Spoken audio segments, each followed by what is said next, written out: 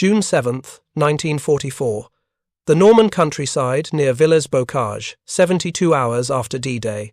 Lieutenant Bill Cotton's Sherman Firefly sat hull down behind a stone barn, engine idling just loud enough to keep the oil circulating in the early morning chill. Through his commander's periscope, he watched the road that wound through the hedgerows toward Caen. His gunner, Trooper James Wheeler, had the distinctive elongated barrel of the 17-pounder, traversing slowly across potential firing lanes, while the loader kept one hand on a 17-pound armor-piercing shell and the other braced against the turret, the wall. They'd been in France less than a week, and already Cotton had heard the stories filtering through radio traffic. German tank crews were learning to recognize the Firefly's longer barrel. Orders had supposedly gone out from Wehrmacht commanders. Kill the long-barrel Shermans first. The irony wasn't lost on Cotton or his crew. 6 months earlier, British ordnance officers had dismissed this very tank as an impractical mongrel, a desperate improvisation that would never work. American tank commanders had politely declined the offer to equip their units with Fireflies, citing concerns about the gun's massive recoil and muzzle flash. Even some British crews had complained about the cramped turret, the exposed position of the loader, the way the gun's blast kicked up enough dirt to blind the gunner for crucial seconds after firing. But the Germans weren't mocking the Firefly anymore, they were hunting it, and Cotton's job was to make sure they never saw him before the 17-pounder spoke first. The journey from mockery to terror took exactly 11 months. 11 months of bureaucratic resistance, engineering improvisation, and combat validation that would transform a weapon the British War Office initially rejected into the most feared Allied tank on the Western Front. The Sherman Firefly represented something unprecedented in armoured warfare. Not a purpose-built tank destroyer like the American M10 or M18, not a heavy breakthrough tank like the Soviet IS series. Instead, it was a compromise vehicle that succeeded precisely because it embraced limitations rather than fighting them. Take an adequate medium tank, mount an exceptional gun that had no business fitting in that turret, accept the compromises required to make the physics work, and train crews to exploit the resulting capability before the enemy could retaliate. The Firefly's creation story begins not with tanks, but with artillery, specifically with the realization in late 1940 that the British 6-pounder anti-tank gun, still in development, would be obsolete before it entered service. German tank armour was evolving faster than Allied guns could keep pace. British intelligence knew the Wehrmacht was developing heavier tanks, and the 6-pounder's 57mm projectile would be inadequate against whatever emerged from German factories. So, in late 1940, even before the 6-pounder reached production, the British started designing its replacement. The result was the ordnance quick-firing 17-pounder, so named because its armor-piercing projectile weighed 17 pounds. This wasn't subtle engineering. Where modern anti-tank gun design emphasized sophisticated shaped charges or fin-stabilized penetrators, the 17-pounder represented brute force physics. A 17-pound projectile, accelerated to nearly 3,000 feet per second through a barrel 55 calibers long, carrying enough kinetic energy to punch through armor that would shrug off lighter rounds. The first prototype 17-pounders were completed by spring 1942. Initial firing trials proved the concept sound, but also revealed challenges that would plague every attempt to mount the weapon in a tank. The gun's recoil was monstrous. When fired, the barrel travelled 40 inches backward into the gun cradle, absorbing the blast's energy. This recoil distance was manageable in a purpose-built towed anti-tank gun with space to accommodate the movement. In the confined space of a tank turret, 40 inches of rearward travel meant the breech would punch through the back of any existing British tank turret before the recoil stopped. The 17-pounder's first combat deployment came not in a tank, but mounted on makeshift carriages in North Africa. In early 1943, when Tiger tanks appeared in Tunisia, British forces faced an armour crisis. The 6-pounder could penetrate Tiger armour only from the sides at close range. The 75mm guns on Sherman tanks were even less effective against the Tiger's frontal plate. British forces needed the 17-pounder immediately, but the proper gun carriages weren't ready. So, field workshops mounted 17-pounder barrels on 25-pounder artillery carriages, creating hybrid weapons designated 17/25-pounders. These improvised guns were airlifted to North Africa, where they proved capable of stopping tigers. The improvisation worked, but it also highlighted the need for a mobile platform. Towed anti-tank guns required trucks to move them, crews to position them, and precious minutes to set up firing positions. By the time a 17/25-pounder crew had their gun emplaced, a tiger might already be bracketing their position with 88mm high-explosive shells. What British armoured formations needed was the 17-pounder mounted in a tank that could move, shoot, and reposition without dismounting the gun. If you're enjoying this deep dive into the story, hit the subscribe button and let us know in the comments from where in the world you are watching from today. The official programme to mount the 17-pounder in a British tank began with the A30 specification, which led to the cruiser Mark 8 Challenger.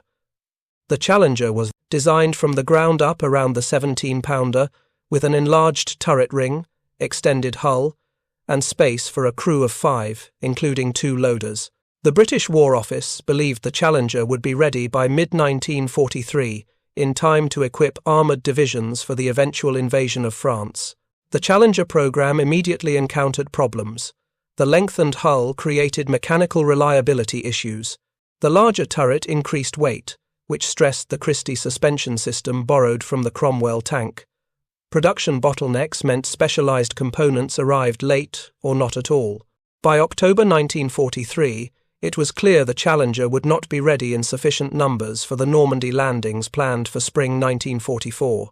Meanwhile, the Cromwell tank, intended as the standard British cruiser tank for the invasion, faced its own crisis. The turret ring was too small to accommodate the planned high-velocity 75mm gun. Instead, Cromwell's would have to make do with the ordinary ordnance quick-firing 75mm, a weapon adequate for engaging panthers from the side but nearly useless against frontal armour. This left British armour planners facing a nightmare scenario. In 6 months, tens of thousands of British and Canadian troops would storm French beaches, expecting armoured support capable of dealing with Panther and Tiger tanks. The Challenger wouldn't be ready. The Cromwell would be inadequately armed, and intelligence estimates suggested the Germans would deploy far more heavy tanks in Normandy than originally predicted. The solution came from 2 officers who refused to accept that mounting a 17-pounder in a Sherman was impossible. Major George Brighty of the Royal Tank Regiment had been thinking about the Sherman 17-pounder combination since early 1943. He was stationed at the Lulworth Armoured Fighting School, where the British tested, captured enemy vehicles and experimented with weapon modifications. Brighty had watched the Sherman perform in North Africa and recognised its strengths: reliable mechanics, adequate armour for a medium tank, good mobility, and most critically, the Americans were building them faster than any other tank in the war. Thousands of Shermans were flowing into British service through Lend-Lease. If those Shermans could be upgunned with 17-pounders, British armoured formations would have a weapon capable of engaging German heavy tanks at combat ranges. The Ministry of Supply's Tank Decision Board disagreed.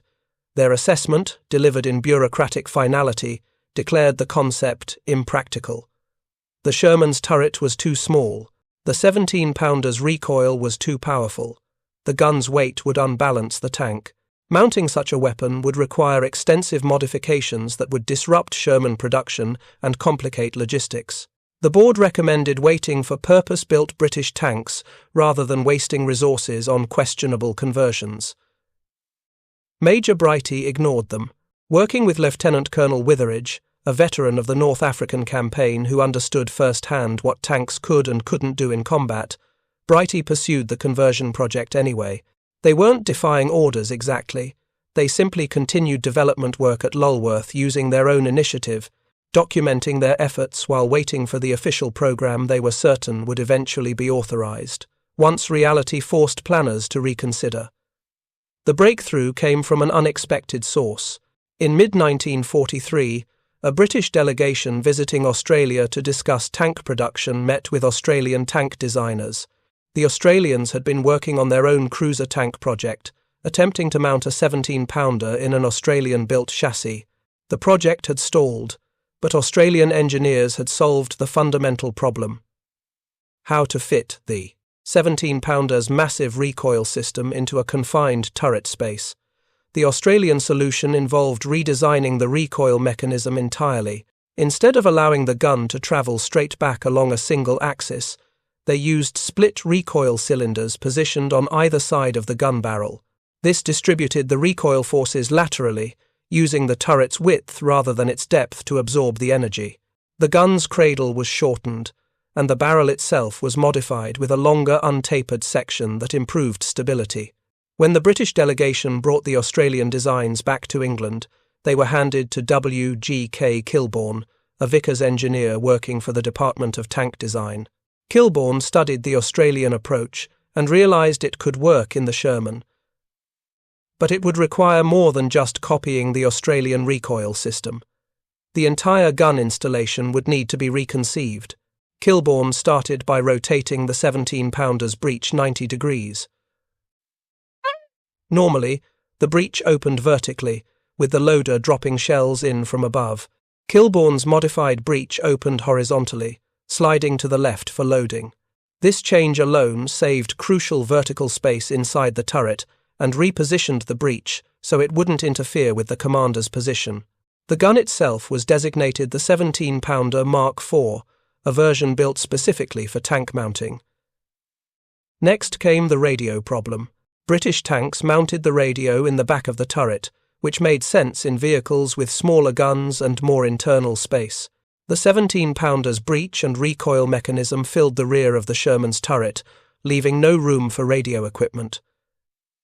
Kilbourne's solution was elegantly pragmatic. He cut a large opening in the back of the turret and welded an armoured box, called a bustle, to the exterior. The radio went in the bustle, accessible through the opening but physically outside the main turret space. The bustle also functioned as a counterweight, helping balance the gun's long barrel. This created the Firefly's most distinctive visual feature beyond the elongated barrel. The armoured bustle stuck out from the back of the turret like a rectangular growth, immediately identifiable to anyone who knew what they were looking at. The loader's position presented another challenge. In a standard Sherman, the crew entered and exited through a single hatch in the turret roof. With the 17-pounder's breech occupying most of the available space, the loader would have difficulty exiting quickly if the tank was hit. Kilbourne cut a second hatch in the turret roof over the gunner's position, giving the loader a dedicated escape route. This modification alone probably saved dozens of lives over the Firefly's combat career. The final major change involved the hull machine gunner. Sherman tanks typically carried a 5-man crew, including a bow gunner who operated a 30-caliber machine gun in the hull's right front. The 17-pounder's ammunition was substantially longer than the 75mm rounds the Sherman was designed for. Each 17-pounder shell was nearly 3 feet long and weighed around 17 pounds. Storing enough ammunition for sustained combat required more internal space. Kilbourne eliminated the bow gunner position entirely, plating over the machine gun port and converting the entire space into ammunition storage. This reduced the Firefly's crew to 4 men: commander, gunner, loader, and driver. The hull machine gun was removed, though the coaxial machine gun in the turret remained. The trade-off was considered acceptable.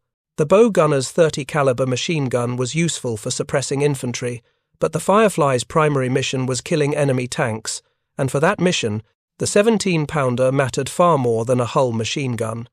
With all modifications complete, the Firefly could carry 77 rounds of 17-pounder ammunition, though only 23 were readily accessible during combat. The rest were stored in awkward positions that required the loader to contort himself to reach them.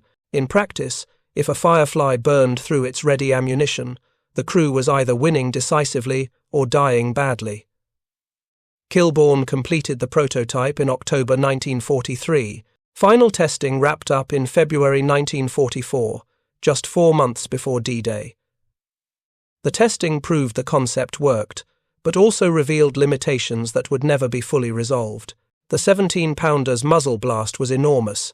When fired, The gun expelled a massive gout of flame and smoke that blinded the gunner and revealed the Firefly's position to every enemy observer within visual range.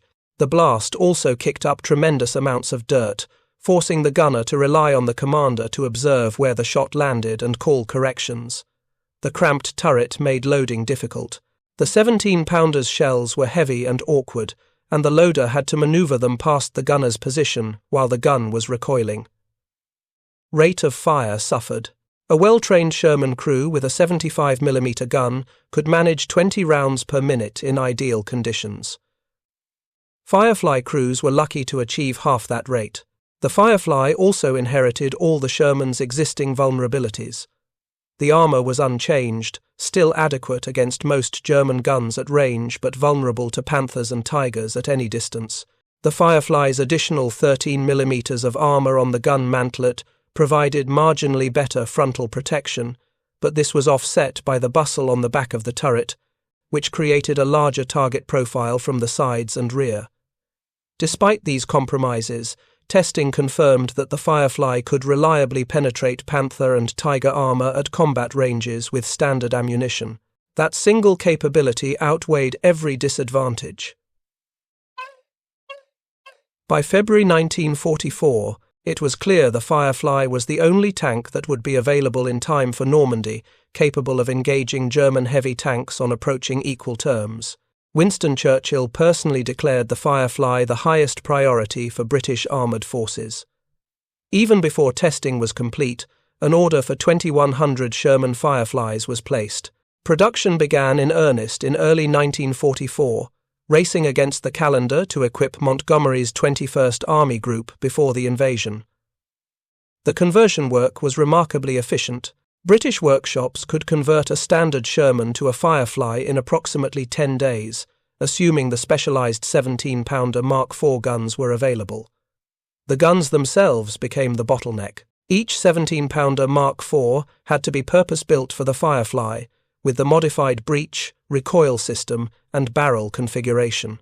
British factories were simultaneously producing 17-pounders for towed anti-tank guns, for the limited numbers of Challenger tanks being built, and for the Firefly conversion program. Production capacity was stretched thin.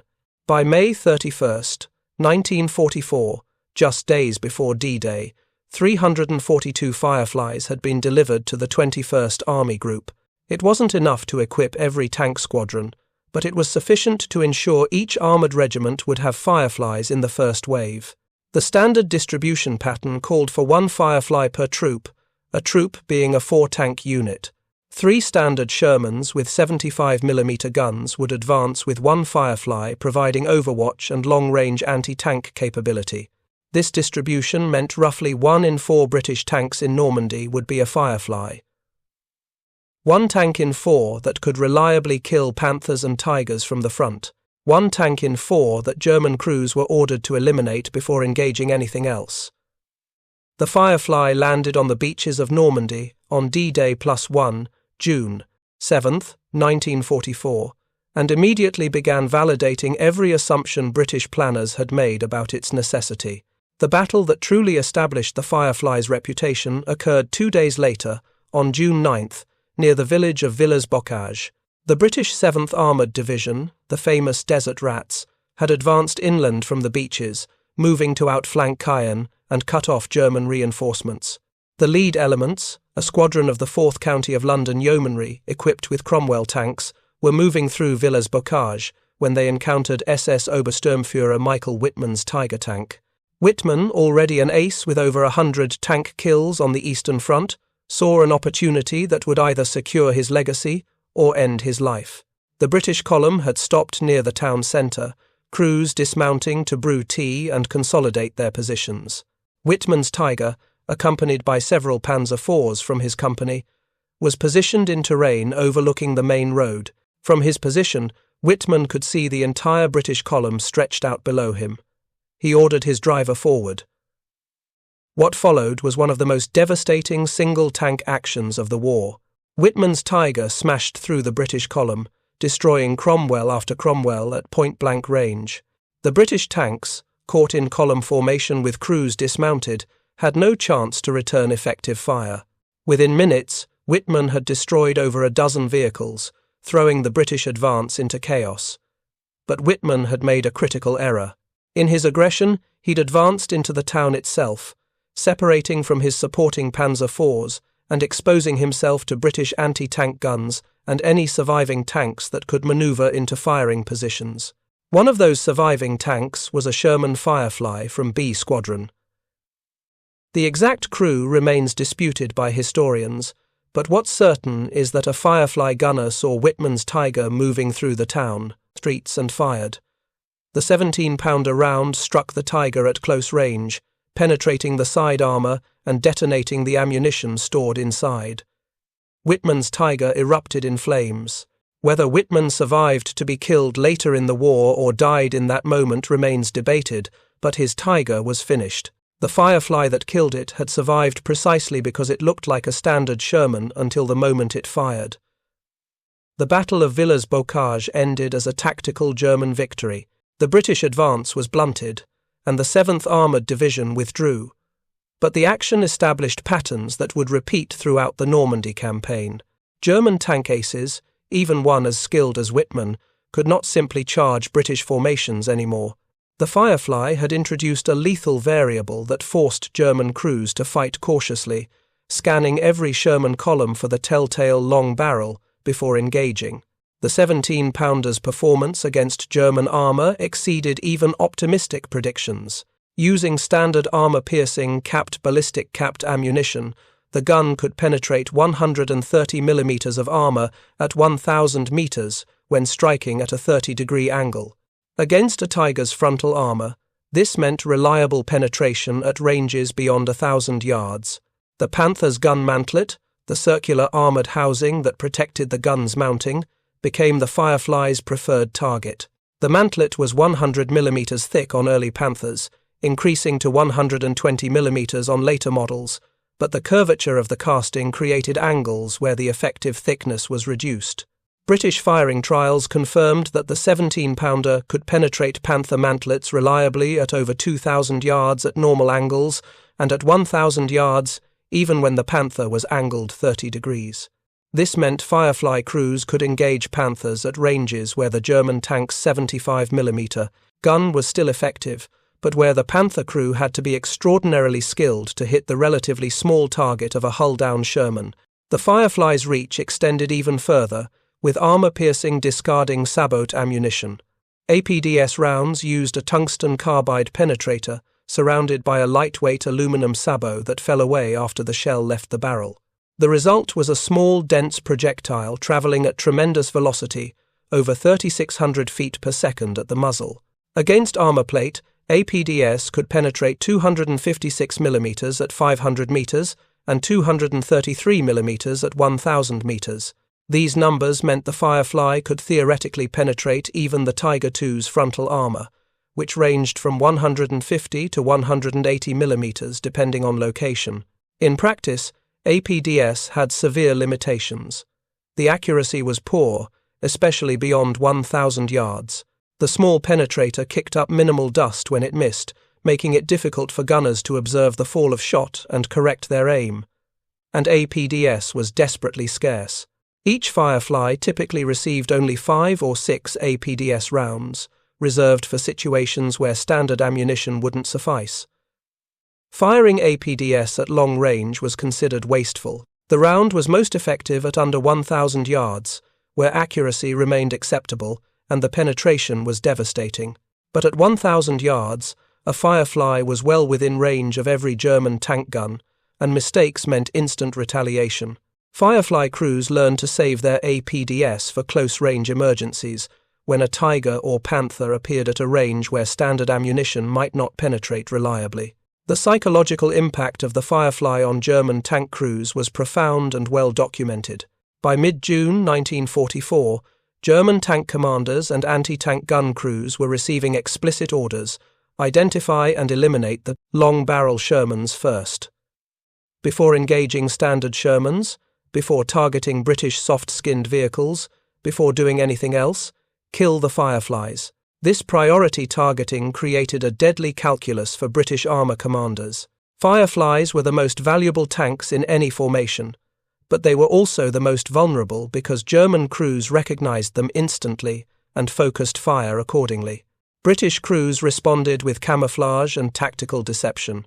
Some Firefly crews painted the forward half of their 17-pounder barrel white, using counter-shading to create a false visual endpoint that made the gun appear shorter from a distance. A false muzzle brake was sometimes fitted halfway along the barrel, positioned where a 75mm gun's muzzle would end. From 500 yards away in poor light, or through morning fog, the trick could make a Firefly resemble a standard Sherman long enough to achieve surprise. Other crews simply accepted that once the Firefly fired, every German gun in range would know where it was. The tactical solution was to position Fireflies in hull-down defensive positions, covering advances by standard Shermans. The Firefly would hold fire until German tanks appeared, then engage from a prepared position before displacing immediately after firing. The massive muzzle flash and dust cloud that revealed the Firefly's position meant staying in place after shooting was suicidal. Even if the first shot killed its target, other German tanks or anti-tank guns would already be traversing toward the flash. Firefly crews learned to shoot and scoot, borrowing tactics from American tank destroyer doctrine even though the Firefly wasn't technically a tank destroyer. The 17-pounder's limitations proved as significant as its capabilities. The high-explosive shell available for the gun was mediocre at best. The bursting charge was smaller than that of the 75mm Sherman gun's HE round, 1.2. 8 pounds versus 1.64 pounds.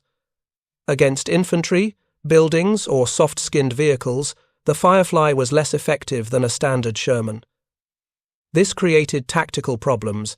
British armour in Normandy spent most of its time supporting infantry advances, suppressing German defensive positions, and engaging targets that didn't require a 17-pounder to kill. A Firefly could destroy a German machine gun nest, but it wasted the platform's unique capability, and the inferior HE round meant the job took more shots than it would with a 75mm gun.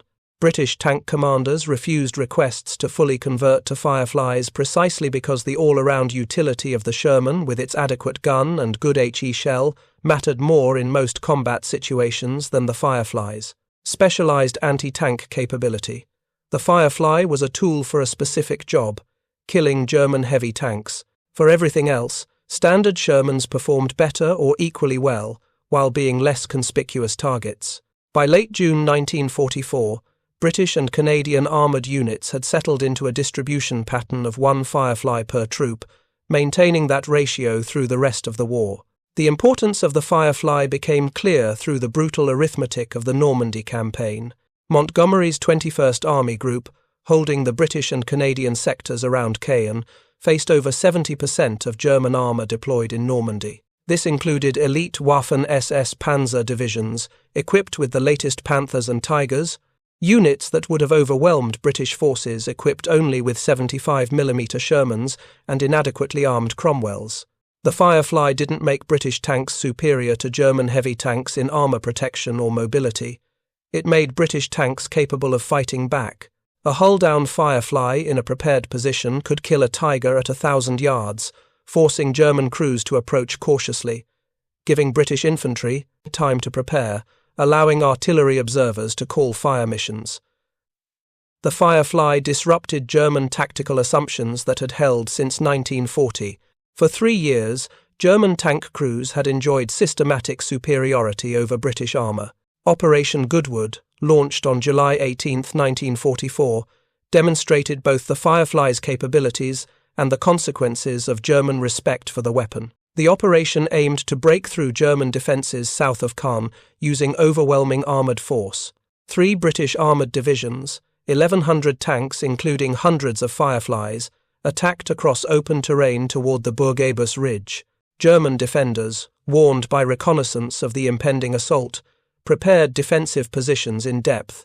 German anti-tank guns, Panthers, and Tigers were positioned to engage British armour at maximum range, with specific orders to target Fireflies first. The battle became a shooting gallery. British tanks advancing across open ground encountered withering fire from German positions on the ridge. Fireflies, recognisable by their long barrels even at over 1,000 yards, drew concentrated fire from every German gun that could bear. Within hours, dozens of Fireflies were burning across the battlefield. Their crews had achieved kills, but German defensive doctrine, identify and destroy Fireflies immediately, proved devastatingly effective when combined with prepared positions and clear fields of fire. The British lost over 300 tanks during Goodwood, including a disproportionate number of Fireflies. But the operation also validated the Fireflies' psychological impact. German commanders committed their armour reserves to stop what they perceived as a major breakthrough attempt, holding powerful formations opposite British positions that might otherwise have reinforced sectors facing American forces further west.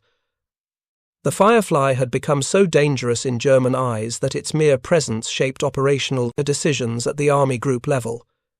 If you find this story engaging, please take a moment to subscribe and enable notifications. It helps us continue producing in-depth content like this. The definitive proof of the Firefly's lethality came not from a large operation, but from a single engagement on August 8, 1944, during Operation Totalize. Trooper Joe Ekins, gunner in a Sherman Firefly of the 1st Northamptonshire Yeomanry, was positioned with his troop in woods south of the village of St. Aignan de Cramsnil. His crew had been in France barely 2 months. Ekins himself had fired the 17-pounder exactly once during training before deployment. Now he sat in Sergeant Gordon's Firefly, scanning open ground to their front, waiting for German counterattacks that intelligence reported were coming. At approximately 12:40 in the afternoon, Ekins spotted movement across the fields. 3 Tiger tanks, advancing in line formation at about 1,200 yards distance. Tigers, the most feared tank in the German arsenal. 56 tons of armour carrying an 88mm gun that could destroy any Allied tank at ranges where return fire was impossible. Tigers that had slaughtered British armour at Villers-Bocage and dominated every engagement where they appeared.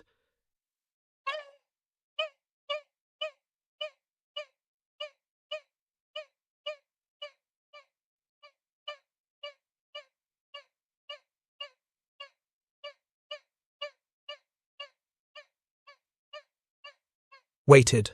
At 1,200 yards, the Tigers were at maximum effective range for the 17-pounder with standard ammunition.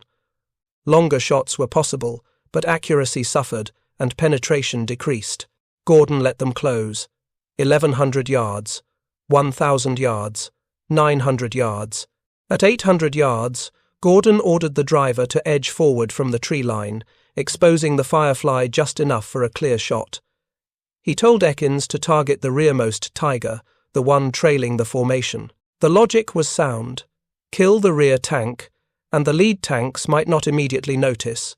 Kill the lead tank, and the following vehicles would know they were under fire and locate the source. Ekins centered his sight on the trailing Tiger's hull, leading slightly to account for the German tank's movement. He squeezed the trigger. The 17-pounder's recoil slammed the gun back into its cradle, the massive muzzle blast kicking up a cloud of dirt and smoke that instantly obscured Ekins's vision. Through the clearing haze, he couldn't see if he'd hit. Gordon, watching through his periscope, saw the Tiger lurch and smoke start pouring from its engine deck. 1 shot, 1 hit, but the Tiger wasn't burning yet. Ekins loaded another round and fired again. This time, the Tiger exploded, ammunition cooking off in a massive secondary detonation that blew the turret clean off the hull. The turret flipped through the air and crashed to the ground upside down, 30 feet from the burning hull. 1 Tiger down, 2 to go. The second Tiger, directly ahead of the destroyed vehicle, began traversing its turret toward the woodline, searching for the source of fire. Ekins was already loading. Gordon had positioned their tank so they could back into cover quickly, but they were exposed now. If that Tiger located them and fired first, the Firefly's thin armour wouldn't stop an 88mm shell. The second Tiger fired, but the round went wide, missing the Firefly and clipping tree branches behind them. The German crew had seen the muzzle flash but couldn't pinpoint the exact position in the woodline. Gordon kept the Firefly stationary, knowing that movement would draw attention. Ekins fired. The shell struck the second Tiger in the side armour at a nearly perfect 90-degree angle, The penetrator punched through the armor and detonated inside, igniting fuel and ammunition. The second Tiger erupted in flames, crew members bailing out as fire engulfed their vehicle. 2 Tigers destroyed in under 2 minutes. The third Tiger, now isolated and watching both its companions burn, began reversing, trying to escape, back the way it had come while keeping its frontal armor toward the British position. Gordon ordered the driver forward again, trying to get an angle on the retreating Tiger's thinner side armor. The maneuver exposed them completely, but Gordon gambled that the Tiger crew was more focused on survival than returning accurate fire. The gamble paid off. As the Tiger retreated at an angle, Ekins had a clear shot at its flank. He fired twice. The first round struck but failed to penetrate, the shell glancing off the Tiger's side armor at an oblique angle. The second round hit squarely, penetrating and detonating the ammunition inside. The third Tiger exploded. 3 Tigers destroyed, 5 shots fired. Elapsed time from first engagement to third kill, approximately 4 minutes. Ekins sat stunned, hands still gripping the gun controls, unable to process what had just happened. Sergeant Gordon was hit moments later, when German return fire finally located their position. A round, probably from a Panzer IV that had been supporting the Tigers, struck the Firefly's turret, wounding Gordon severely and forcing him to bail out. Lieutenant James, the troop commander, ran from his own Sherman to Gordon's Firefly, climbed aboard and took command. With James directing, the Firefly repositioned and continued fighting. Before the day ended, Ekins destroyed a 4th German tank, a Panzer IV, before his Firefly was finally disabled by German fire. The crew bailed out uninjured except for Gordon's earlier wounds. Ekins would spend the rest of the war as a radio operator in another tank, never firing the 17-pounder in combat again. But those 5 shots on August 8th had accomplished something that would only be confirmed decades later. One of the Tigers Ekins destroyed was tank number 007, Michael Whitman's Tiger. The Tiger ace who had terrorized British armor at Villers-Bocage, who had over 130 tank kills to his name, who had been featured in German propaganda as the invincible Panzer commander, died that afternoon in a burning Tiger, killed by a 21-year-old British gunner who'd fired a 17-pounder exactly once before combat. The circumstances of Whitman's death remained confused for decades. Multiple units claimed credit. Canadian Fireflies from the Sherbrooke Fusiliers Regiment, positioned closer to the German advance, may have engaged the Tigers simultaneously. RAF Typhoon pilots claimed rocket strikes.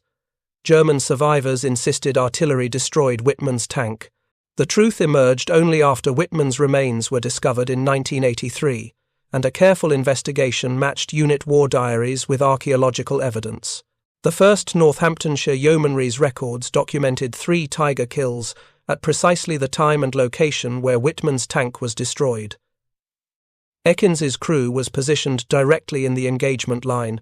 The historical consensus now credits Joe Ekins with Whitman's death, though the fog of war ensures absolute certainty remains impossible.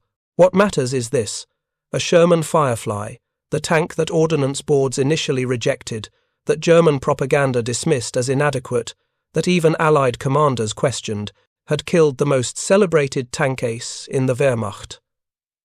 The weapon that German tankers mocked in early 1944 had become the weapon they feared most by August. The Firefly's combat record through the Normandy campaign and beyond provides concrete evidence of its effectiveness. Between June and August 1944, British and Canadian Fireflies accounted for a disproportionate number of confirmed German tank kills, despite representing only 1 in 4 tanks in most formations. Exact statistics are difficult to compile because unit records often didn't distinguish between kills by Fireflies versus standard Shermans.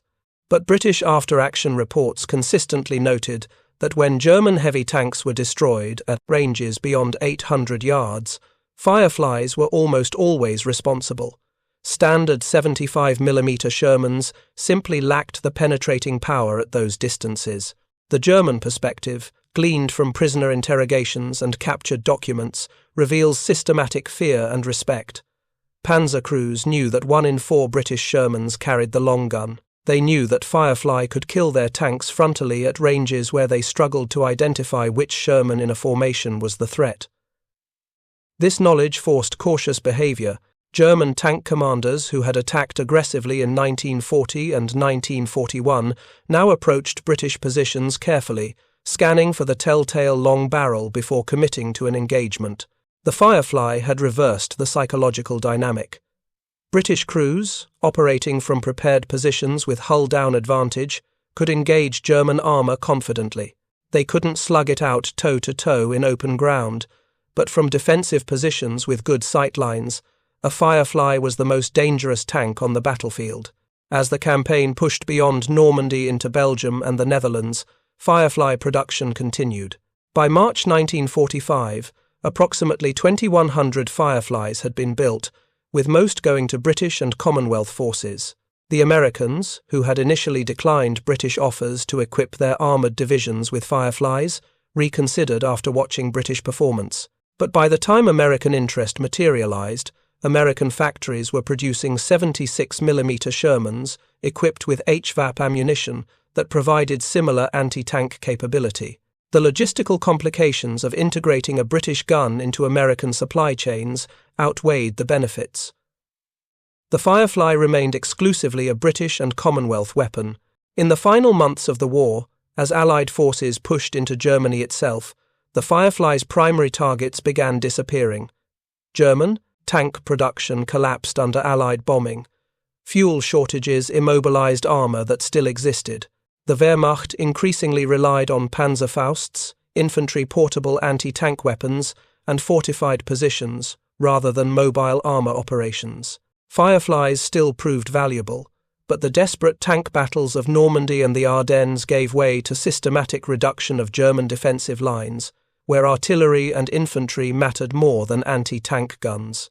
The last major engagement where Fireflies played a crucial role was Operation Veritable in February 1945, the Allied offensive to clear the Rhineland.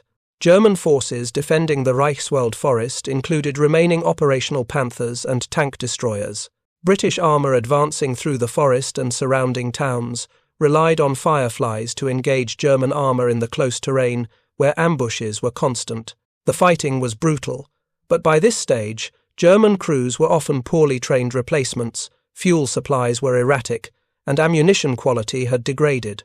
The Firefly's technical advantage mattered less than the systematic collapse of German military capability. Victory in Europe, May 8, 1945, ended the Firefly's combat career in the European theatre. But the tank's story didn't end there. British occupation forces in Germany retained Fireflies as their primary anti-tank asset, though the Soviet 34 tanks they might have faced in a theoretical conflict would have presented different challenges than German armour. The Firefly's post-war service was brief. By 1946, the British Army was already transitioning to purpose-built tanks like the Comet and later the Centurion, both designed from the outset with powerful guns and heavy armour. The Firefly, brilliant as an emergency improvisation, was never intended as a permanent solution. Several hundred Fireflies were transferred to other nations after the war. Belgium, the Netherlands, several Commonwealth countries operated Fireflies through the late 1940s. The Italian army received Fireflies and used them into the 1950s before replacing them with American M47 Patton tanks. Lebanon operated Fireflies as late as 1958, using them in internal security roles, where their 17-pounder guns were massive overkill but psychologically intimidating. The last Fireflies in military service were finally retired in the early 1960s, replaced by modern main battle tanks that rendered the Sherman chassis completely obsolete. The legacy of the Firefly extends far beyond its service life. The tank demonstrated that improvisation, when executed with engineering competence and tactical understanding, could produce weapons as effective as purpose-designed systems. The Firefly proved that the gun mattered more than the platform in anti-tank warfare. A mediocre tank with an exceptional gun could defeat an exceptional tank with an adequate gun, assuming proper tactics and crew training. This lesson influenced post-war tank design globally. The emphasis shifted toward mounting the most powerful gun possible on mobile platforms, accepting compromises in armour and mechanical complexity. The British Centurion, entering service in 1945, carried a 17-pounder initially, later upgunned to a 20-pounder, and eventually a 105mm gun. The American M48 and M60 series tanks prioritized gun power over armor protection, recognizing that mobility and firepower combined more effectively than armor alone. Soviet tank design, always pragmatic, followed similar paths with the T-54 and T-55 series. Israeli tankers, operating British Shermans, including Fireflies during the 1948 Arab-Israeli War, learned the same lessons British crews had absorbed in Normandy. A well-positioned tank with a powerful gun could defeat numerically superior forces through superior range and penetration. This experience shaped Israeli armor doctrine for decades, emphasizing long-range gunnery and defensive positioning over aggressive maneuver. The Firefly's influence appears in unexpected places. When the United States developed the M10-128 Striker mobile gun system in the early 2000s, the design philosophy echoed the Firefly. Mount a powerful gun, in this case a 105mm, on a light-wheeled chassis.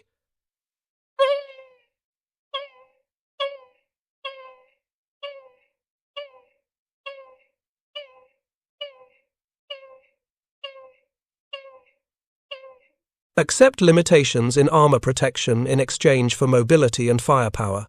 Use the vehicle in overwatch and defensive roles rather than breakthrough operations. The M10-128 was eventually retired due to mechanical problems, but the concept remained valid. The most direct legacy lives in the Sherman Firefly's confirmed combat record. Conservative estimates credit Fireflies with several hundred German tank kills during the 11 months from June 1944 to May 1945. The actual number is almost certainly higher, but battlefield confusion and multiple units engaging the same target make precise accounting impossible. What's undeniable is that Firefly crews consistently punched above their weight, achieving kill ratios that would have been impossible with standard Allied tanks. German tankers who survived the war and later wrote memoirs or gave interviews frequently mentioned the Firefly specifically, distinguishing it from other Sherman variants. SS Hauptsturmführer Michael Wittmann, in his last interview before his death, mentioned being wary of the long-barrel Shermans. Panzer Ace Otto Carius, who survived the war with over 150 tank kills, wrote extensively about the importance of identifying Fireflies before engaging British formations. Carius respected the Firefly's capabilities while dismissing standard Shermans as inferior targets. This grudging respect from German veterans who fought the best tanks the Soviet Union and Western allies could field validates the Firefly's effectiveness more than any statistical analysis could. The technical specifications tell part of the story. The 17-pounder gun-firing standard armor-piercing ammunition could penetrate 140mm of armor at 1,000 yards. With APDS ammunition, penetration exceeded 230mm at the same range. These numbers meant the Firefly could engage any German tank in service and reliably penetrate its armor at combat distances, something no other Allied tank could claim until the very end of the war. But specifications don't capture what the Firefly meant psychologically. For British tank crews who'd spent years fighting German armour with inadequate weapons, the Firefly represented hope. It meant they could fight back against Panthers and Tigers instead of calling for air support or retreating. It meant the Germans didn't have unchallenged superiority anymore. That psychological shift mattered as much as the gun's penetrating power. For German crews, the Firefly represented the erosion of advantages they'd relied on since 1939. German tanks had dominated Poland with superior tactics and adequate technology. They'd crushed France with superior coordination and good tanks. They'd fought the Soviet Union to a standstill through technical superiority and tactical excellence. By 1944, the Wehrmacht still possessed technical expertise and well-designed tanks, but the Allies had caught up. The Firefly was the visible proof that German armour advantages had evaporated. The 17-pounder wasn't revolutionary technology. It was physics and metallurgy applied competently to a desperate problem. But it was enough to blunt German counterattacks. enough to give British infantry the confidence that their supporting armour could handle enemy tanks, enough to force German commanders to fight cautiously instead of aggressively. In modern analysis, military historians debate whether the Firefly was the best Allied tank of the war. By pure technical metrics, it wasn't. The Soviet IS-2, with its 122mm gun, could destroy any German tank at any range. The American M26 Pershing, entering service in early 1945, carried a 90mm gun and heavy frontal armour that made it superior to the Firefly in direct combat. But neither the IS-2 nor the Pershing arrived in time or in sufficient numbers to affect the critical battles of 1944. The Firefly did. It was there on D-Day +1. It was there at Villers-Bocage. It was there during Operation Goodwood and Operation Totalize. It killed Whitman's Tiger and hundreds of other German tanks that might otherwise have slaughtered British infantry. The Firefly succeeded not because it was perfect, but because it was good enough, available when needed, and employed by crews who understood its capabilities and limitations. The engineering that made the Firefly possible deserves recognition beyond its combat record. W.G.K. Kilbourne and the team that solved the impossible problem of fitting a 17-pounder into a Sherman turret demonstrated that innovative engineering could overcome specifications that looked absolute on paper. The rotated breech, the external bustle, the modified recoil system, these weren't elegant solutions. They were pragmatic compromises that prioritized function over form. But they worked, and in 1944, working mattered more than elegant. The production effort that delivered over 2,000 Fireflies between January and December 1944 represented British industrial capacity mobilized to solve an urgent tactical problem. Each conversion required skilled labor, specialized components, and coordination across multiple factories. The 17-pounder guns had to be manufactured. Sherman hulls had to be diverted from standard production. Workshops had to be equipped and trained. All of this happened while Britain was simultaneously supporting strategic bombing campaigns, building landing craft for Normandy, producing ammunition for multiple calibers, and maintaining its navy. The industrial achievement deserves the same recognition as the tactical success. Today, roughly a dozen Sherman Fireflies survive in museums and private collections. The Bovington Tank Museum in Britain displays a Firefly in full combat configuration, the long 17-pounder barrel immediately distinguishing it from the standard Shermans nearby. Walking around that preserved example, visitors can see the external bustle welded to the turret's rear, the second hatch cut into the turret roof, the absence of the hull machine gun. These modifications tell the story of compromise and ingenuity, of accepting limitations to achieve capability.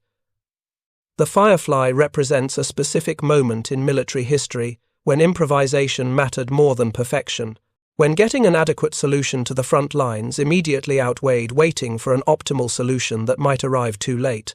The crews who climbed into Fireflies, knowing they'd be priority targets for every German gun in range, demonstrated courage that transcended tactics.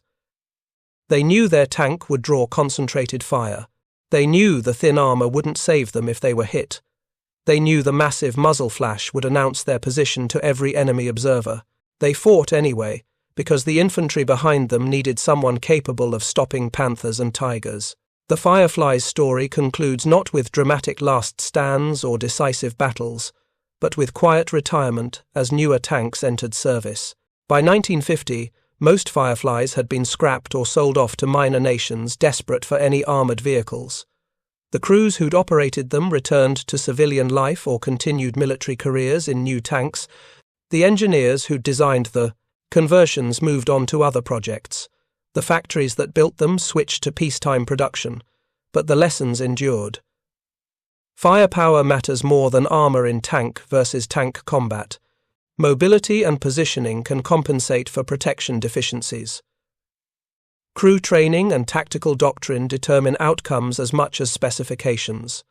Purpose-built solutions are ideal, but improvised solutions delivered in time win wars. These principles, validated by the Firefly's combat record from Normandy to Germany, influenced armour design and doctrine for the next half-century. When modern tank designers debate the trade-offs between armor, mobility, and firepower, they're revisiting questions the Firefly answered definitively in 1944. The gun won. The tank that mounted the most powerful gun and positioned it effectively killed the enemy before the enemy killed it. Everything else was secondary. Thank you for watching. For more detailed historical breakdowns, check out the other videos on your screen now, and don't forget to subscribe.